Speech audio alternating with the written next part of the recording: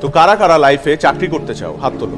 বাহ, অলমোস্ট সবাই হাত তুলেছে, শুধুমাত্র তুমি তুমি আর তোমরা তিনজন বাদে, রাইট?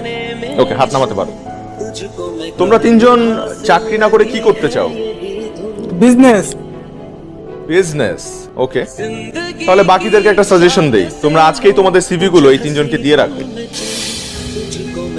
কারণ একটা সময় এই তিনজনের কাছেই তোমাদের যেতে হবে চাকরির জন্য।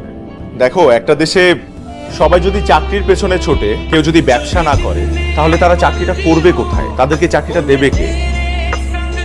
সরকারের পক্ষে তো সবাইকে সরকারি চাকরি দেওয়া পসিবল না, তাই না? এখন একটা দেশের ইকোনমি বা তার জিডিপি পুরোপুরি নির্ভর করে তার দেশের উৎপাদন ও ব্যবসার উপর। দেশে যত বেশি ব্যবসা হবে, তত বেশি কর্মসংস্থান হবে এবং তোমরা ভালো ভালো চাকরির সুযোগ পাবে।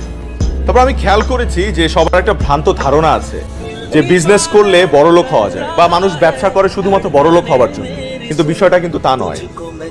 ব্যবসা না করলে নতুন আইডিয়াস জেনারেট হবে না, আর নতুন আইডিয়াস জেনারেট না হলে দেশের ইকোনমি বা দেশকে উন্নয়নের শীর্ষে আমরা নিয়ে যেতে পারবো না। তো এই কারণে বলছি যে সবাই চাকরি চাকরি করো না, মাথা থেকে ভূত ছেড়ে ফেলো, উদ্যোক্তা হও, বি অ্যান এন্টারপ্রেনার। সেখানে দেখবে যে তোমার সম্ভাবনা সীমাহীন। আমি সরি, আমি মনে হয় আবারও সেই বোরিং বক্তৃতা দেওয়া শুরু করে দিয়েছি। আর কোনো বক্তৃতা নয়, আমি আবারও আমার রেসপেক্টেবল টিচারদেরকে ধন্যবাদ জানাতে চাই আমাকে ইনভাইট করার জন্য, and thank you each and every one of you for being here.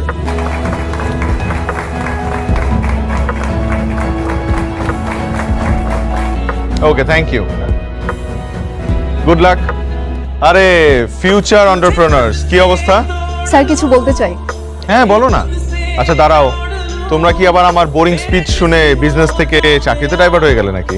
না না স্যার, আমরা আসলে আপনার সাকসেসের গল্পটা শুনতে চাই। এই পর্যায়ে পৌঁছানোর পিছনে আপনার স্ট্রাগলের গল্পটা আমরা একটু জানতে চাই। আমার গল্প?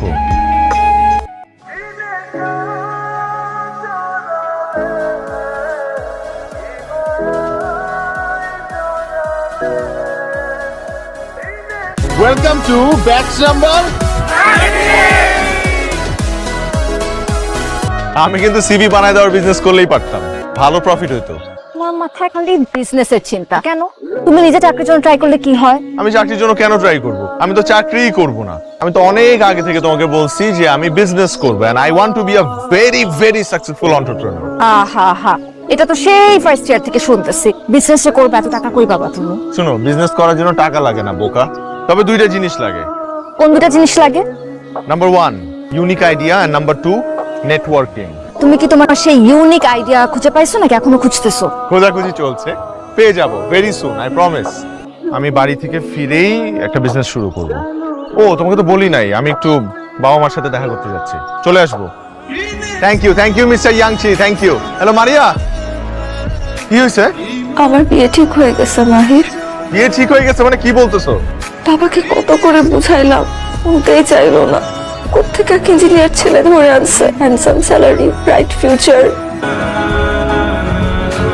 আমার একটা মাত্র মেয়েকে মানুষ করেছি, ওর কোনো অভাব অপূর্ণ রাখেনি। আপনি ওকে একটু দেখে রাখবেন, একদম কান্নাকাটি করিস না। তুই খুব ভালো থাকবি, সুখে থাকবি।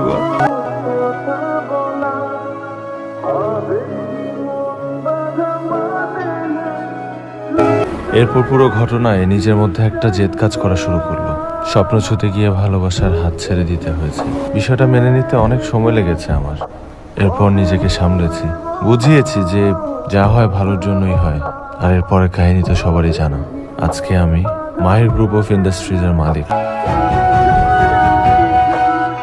আমাদের ছোট একটা মেয়ে আছে, আল্লাহ যেন ওর বাবাকে বাঁচিয়ে দেয়। রাজীবের কিচ্ছু হবে না, ওর যা লাগে ওটা আমি বিয়ে করবো। যদি বিদেশেও নিয়ে যেতে হয় সেটাও আমি দেখবো। দয়া দেখাচ্ছ? না না, এটা আমার কোম্পানির policy. Each and every employee gets this facility. Thank you. ভালো কথা, বাবা তোমার সাকসেস থেকে খুব খুশি হয়েছিল। মারা যাবার আগে বলেছিল তোমার সাথে কোনোদিন দেখা হলে যেন আমাকে এই কথাটা বলি। পারলে বাবাকে মাফ করে দিও, আমাকেও।